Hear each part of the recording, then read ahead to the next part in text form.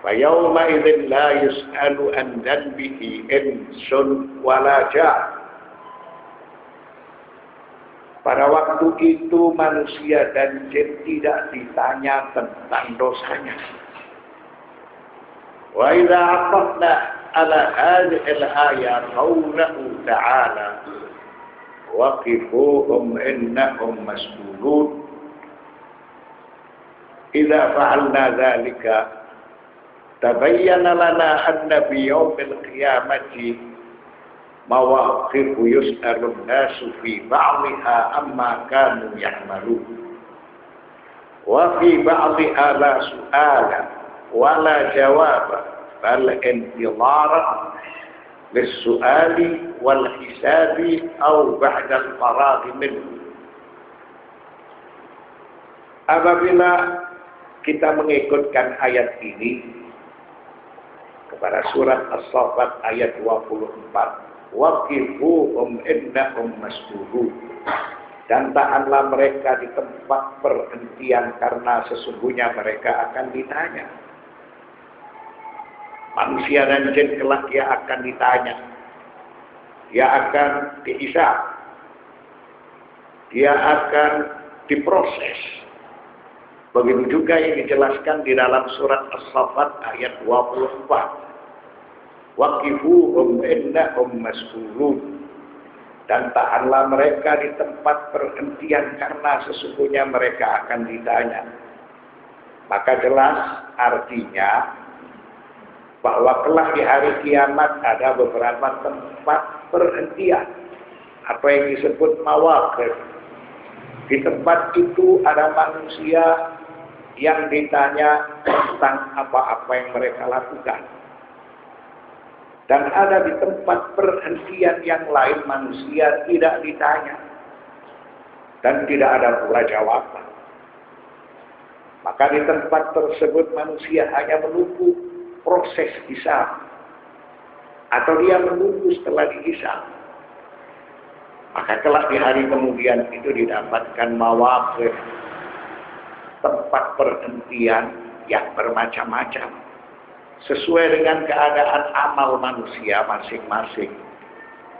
Dari antara mereka yang ditanya, ada pula yang tidak ditanya, ada pula yang menunggu.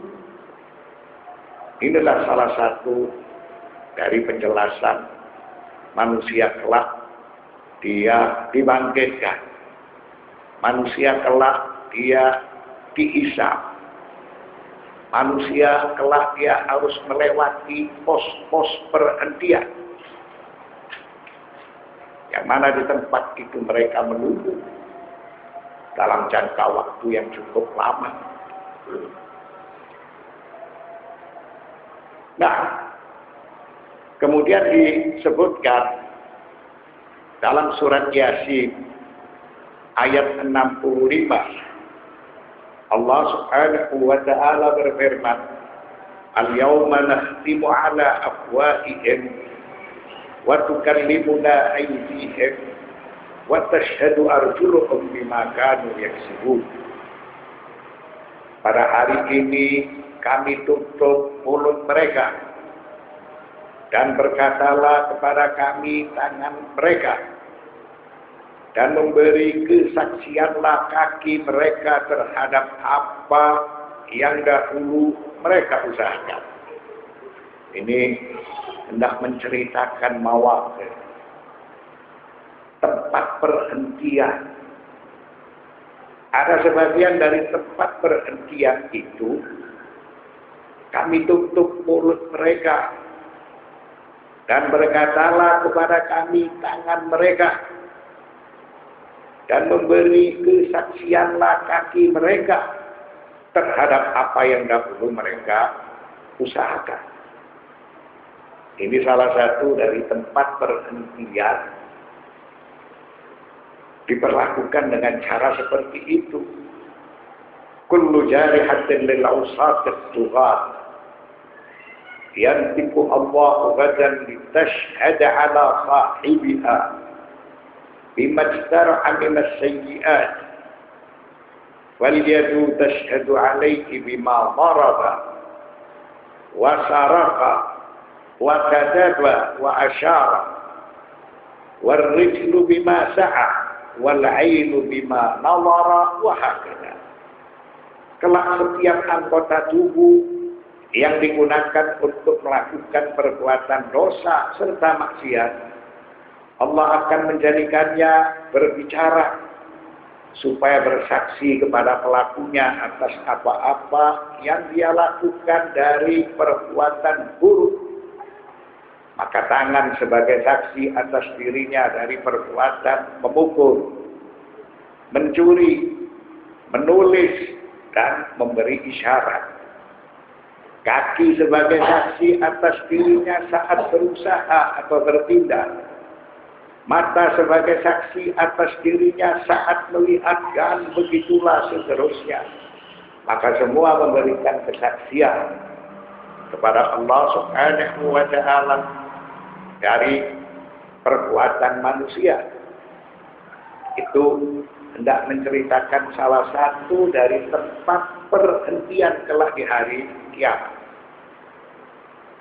Wa tas'alu kaifa tajma'u baina qawlihi ta'ala al-yawma nakhtimu 'ala afwahihim wa qawlihi fil ayati 24 min suratin Nur yawma tashhadu 'alaihim alsinatuhum wa aydihim wa arjuluhum bima kanu yaksibun. Anda bertanya bagaimana cara memahami atau bagaimana cara Anda mengumpulkan dua ayat yang saling bertentangan.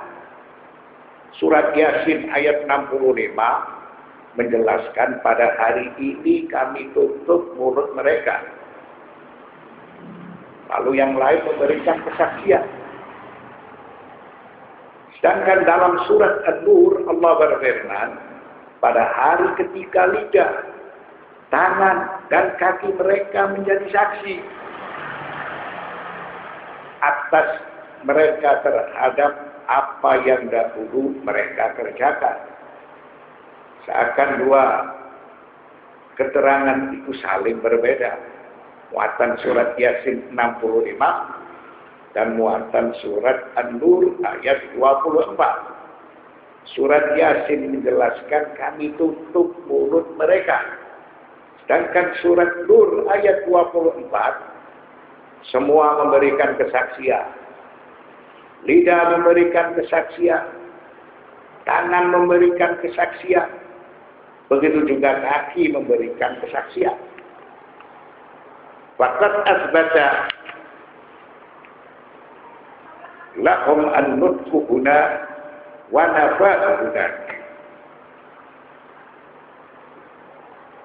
Allah Subhanahu wa Ta'ala telah menetapkan atau telah menjadikan lidah untuk mereka berbicara dalam ayat ini, maksudnya dalam surat An-Nur.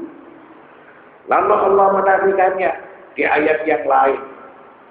Dalam surat Yasin 65, Allah Subhanahu wa Ta'ala menutup mulut mereka. Apakah kedua ayat tersebut bertentangan? Al-jawab, anna lil ibadi ghadan mawaqifuna mawqifan wahida yu'zanu lahum bil kalami fi ba'dha duna ba'd. Qala ta'ala yawma ya'ti la takallamu nafsun illa bi'idhnih. Qul al-ayat 105. Jawab, dari kedua ayat yang seakan-akan bertentangan padahal tidak bertentangan.